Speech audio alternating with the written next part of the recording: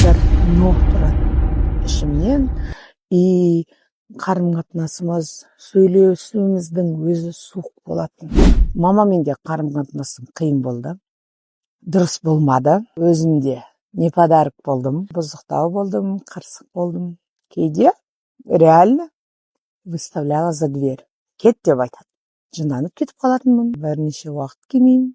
Звонок жоқ. Иттей болып баратынмын.